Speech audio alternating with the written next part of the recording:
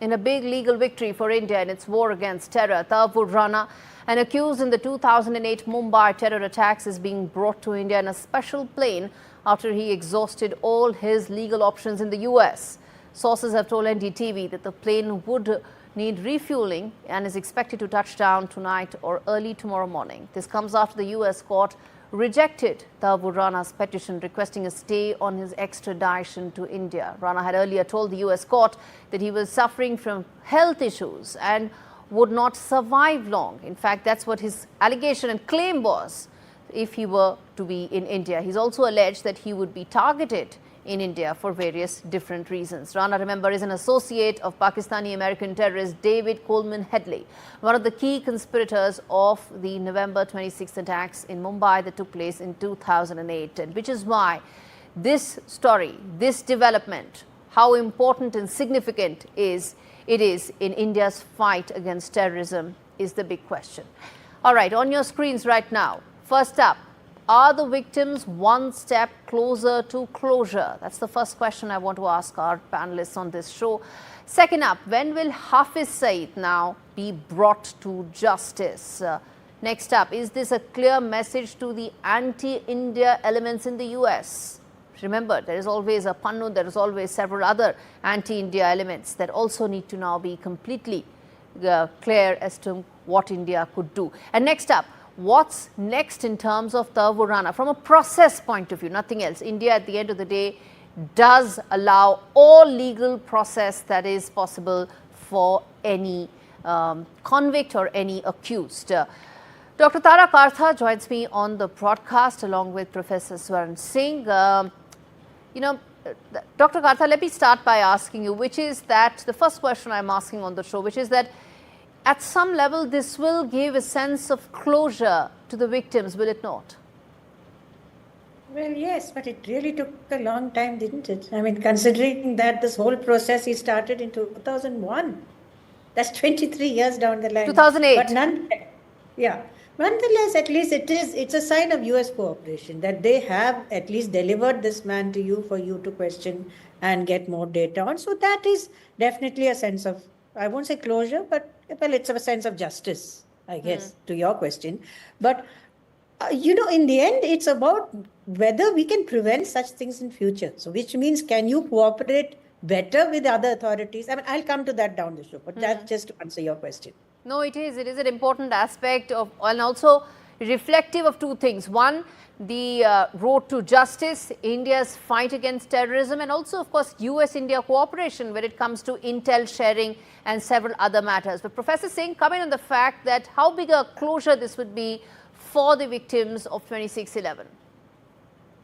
I think it's an important result of a very patient and proactive pursuit that India has had on this issue, in this case with the United States, starting from 2010, of course, then in 2019, December, the formal diplomatic note being submitted, June 2020, a formal request for arrest being submitted again, and February, when the Prime Minister of India, along with President Trump, were addressing the joint press conference, they mentioned that Tahawwur Rana would soon be returning to India. Now, significance of Rana coming back to India is to connect and elucidate and expose, in that sense, the links that Pakistani ISI has, Lashkar-e-Taiba has, which is the breeding ground of constant trouble for India in terms of terrorism being used as instrument of foreign policy. So how to expose that link? I think Tahawwur Rana would be a very interesting bundle of new information in that sense that could come out and deal with that subject. And again, as you mentioned, this is also an important signal to several fugitives and criminals. In December last year, the Ministry of Home Affairs, replying in Parliament, had mentioned that India has made 178 such requests around the world. And some of them are relatively more active, some of them are more dangerous, some of them are in developed world, and some of them are in United States.